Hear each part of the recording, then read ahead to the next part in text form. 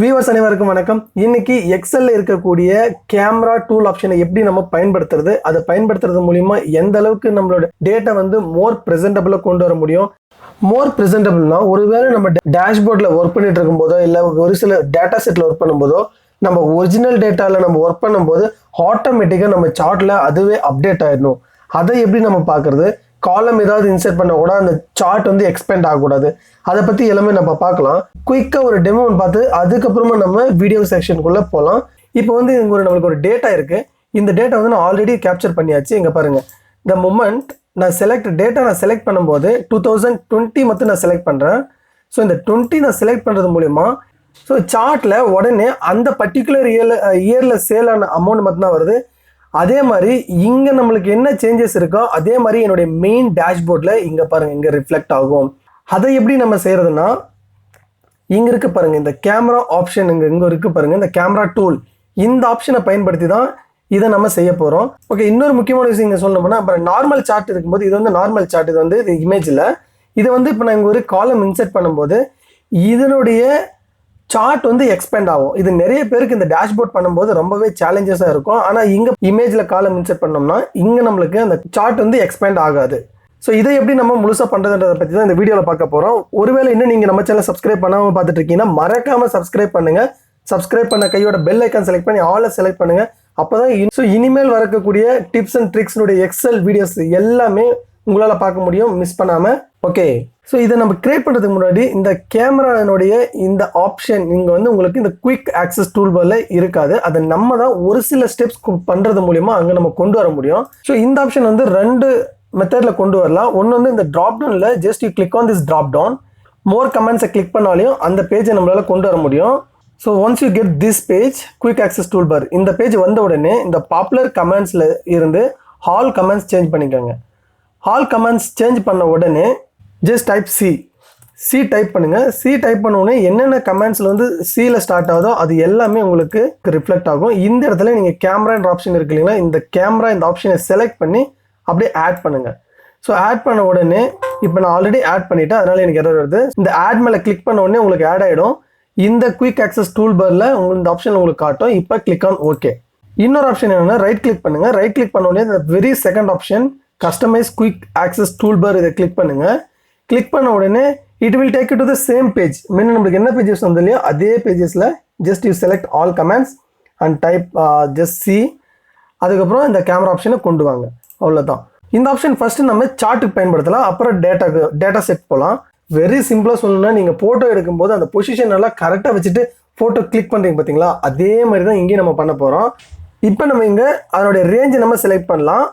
Image இல்லைங்க, சார்ட்டுக்கு select பண்ணக்கூடாது, செல் range select பண்ணணும். ஸோ இதை செலக்ட் பண்ண அப்புறம் ஸோ பொசிஷன் நம்மளுக்கு வந்து இப்போ கரெக்ட் ஆகிடுச்சு. இப்போ நம்ம என்ன பண்ணுவோம், கேமராவில் ஜஸ்ட் அந்த கிளிக் ஆப்ஷன் இருக்கு இல்லையா, அதை கிளிக் பண்ணுவோம். அதே மாதிரி இங்கே இந்த கேமரா ஆப்ஷன் மேலே கிளிக் பண்ணுங்கள். இப்போ அப்படியே இந்த ட்ராக் பண்ணுங்கள், உங்களுக்கு எந்த பொசிஷனில் எங்கே வேணுமோ அங்கே அப்படியே ட்ராக் பண்ணுங்கள். ட்ராக் பண்ண உடனே என்ன ஒன்றா இங்கே நீங்கள் அந்த இமேஜ் அப்படியே உங்களுக்கு இங்கே ரிஃப்ளெக்ட் ஆகும். இங்கே பாருங்கள், இப்போ நம்ம என்ன சேஞ்சஸ் இங்கே பண்ணாலையும் ஆட்டோமேட்டிக்காக இங்கே அப்டேட் ஆகும். அப்படியே இதை நம்ம ஃபஸ்ட்டு ரீசைஸ் பண்ணி பார்க்கலாம். பாருங்கள், ஃபஸ்ட்டு நான் ரீசைஸ் பண்ணுறேன். நான் ஒரிஜினல் சார்ட் நான் ரீசைஸ் பண்ணும்போது என்னோடய இமேஜும் ஆட்டோமேட்டிக்காக அதுவே ரீசைஸ் ஆகுது. ஸோ அதே மாதிரி சார்ட் வந்து நான் எக்ஸ்பேண்ட் பண்ணும்போதும் நம்மளுக்கு இது அப்படியே எக்ஸ்பேண்ட் ஆகும்.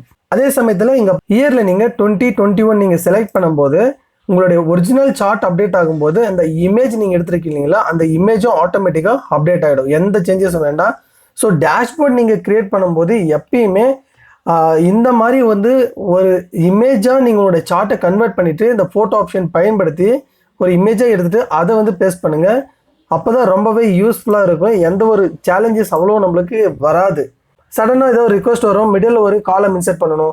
அப்போ இன்சர்ட் பண்ணும்போது என்ன ஆகும்னா, நம்மளுடைய நார்மல் சார்ட் இங்கே பாருங்கள், இங்கே இன்சர்ட் பண்ணி காமிக்கிற பாருங்கள், நார்மல் சார்ட்டில் வந்து ஒரு காலம் ஒன்று இன்சர்ட் பண்ணுறோம். அப்போ என்ன ஆகுதுன்னா ஆட்டோமேட்டிக்காக நம்மளுடைய அந்த ஒரிஜினல் சார்ட் வந்து ரீசைஸ் ஆகுது, எக்ஸ்பேண்ட் ஆகுது. ஆனால் அது மாதிரி ஆகக்கூடாது. அந்த மாதிரி இருக்கும்போது இந்த மாதிரி நம்ம இமேஜ் யூஸ் பண்ணினோம்னா, இந்த கேமரா ஆப்ஷன் பயன்படுத்தி இந்த இமேஜ் எடுத்துட்டோம்னா இது வந்து நம்மளுக்கு ரீசைஸ் ஆகாது. இது வந்து ஒரு கன்சிஸ்டண்ட்டாக இருக்கும். இப்போ பாருங்கள், இங்கே நான் காலம் இன்சர்ட் பண்ணுறேன், எல் காலம் செலக்ட் பண்ணிவிட்டு இங்கே ஒரு காலம் இன்சர்ட் பண்ணுறேன். காலம் இன்சர்ட் ஆகிடுச்சு, ஆனால் என்னுடைய இமேஜ் ஆஃப் தி சார்ட் வந்து சேஞ்சஸ் ஆகலை, எதுவுமே இல்லை. இது கன்சிஸ்டன்ட் ரிமைன் சேம். இப்போ இந்த கேமரா டூல் ஆப்ஷன் வந்து சார்ட்டுக்கு மட்டும் தான் பயன்படுத்த முடியுமா, டேட்டாக்கு பயன்படுத்த முடியாதா அப்படின்னு கேட்டிங்கன்னா கண்டிப்பாக இல்லைங்க, எல்லாத்துக்கும் பயன்படுத்தலாம். இப்போ இங்கே பாருங்கள், இந்த டேட்டா ஷீட் இருக்கு இல்லைங்களா, இந்த டேட்டாவில் வந்து நான் காப்பி பண்ண போகிறேன். ஐ கிளிக் ஆன் கேமரா. இப்போ அப்படியே இங்கே ட்ராக் பண்ணுற பாருங்க, இந்த கம்ப்ளீட் டேட்டா வந்து எனக்கு இந்த இமேஜில் எனக்கு காட்டும். இப்போ நம்மளுக்கு 47,000 ப்ளஸ் வந்து வேல்யூ இருக்குது. இப்போ இதனுடைய வேல்யூ வந்து நான் சேஞ்ச் பண்ண போகிறேன். இப்போ இந்த குவார்ட்டரில் வந்து நான் வந்து ஃபில்டர் பண்ணிக்கலாம். ஒன்லி Q1 Q2 டேட்டா மட்டும் எனக்கு தேவைன்னா ஜஸ்ட் Q1 Q2 அதனுடைய டேட்டா மட்டும் நம்ம எடுத்துக்கலாம். Click on okay. அப்போ என்ன ஆகும்னா ஆட்டோமேட்டிக்காக image of this data set will change automatically. இங்கே பாருங்கள், இது அப்படியே சேஞ்ச் ஆச்சு இல்லைங்களா. இங்கே என்ன நம்ம ஃபில்டர் பண்ணோமோ அதை மாத்திரம் எல்லாமே நம்மளுக்கு சேஞ்ச் ஆயிருக்கு. ஸோ இப்படி தான் நம்ம வந்து ஒரு கேமரா டூல் ஆப்ஷன் வந்து நம்ம பயன்படுத்துறது. அடுத்த வீடியோவில் ரொம்ப முக்கியமான ஒரு அட்டகாசமான ஒரு வீடியோ பற்றி தான் நம்ம பார்க்க போகிறோம். அது என்னன்னா பிக்சர் லுக்கப். ஸோ நான் இங்கே வந்து நான் ஒரு சிம்பிளாக நம்ம ஐபிஎல்னுடைய டீம்ஸு அவங்களுடைய அதனுடைய லோகோ நான் எடுத்திருக்கேன். ஏன்னா எல்லாருக்கும் ஈஸியாக இதனுடைய எக்ஸாம்பிள் ரொம்ப நல்லா புரியும். இங்கே பாருங்கள், இப்போ இந்த இடத்துல நான் ஆர்சிபின்னு நான் அந்த டீமை நான் செலக்ட் பண்ணால் அந்த ஆர்சிபினுடைய லோகோ வந்து எனக்கு இம்மீடியட்டாக எனக்கு இங்கே சேஞ்ச் ஆகணும். அதே மாதிரி நான் சிஎஸ்கே நான் செலக்ட் பண்ணால் அதனுடைய லோகோவும் எனக்கு ஆட்டோமேட்டிக்காக எனக்கு இங்கே ரிஃப்ளெக்ட் ஆகணும். ஸோ இந்த மாதிரி ஒரு பிக்சர் லுக்கப்பை நம்ம எப்படி நம்ம கொண்டு வர்றதுன்றதை பற்றி அடுத்த வீடியோவில் பார்க்கலாம்.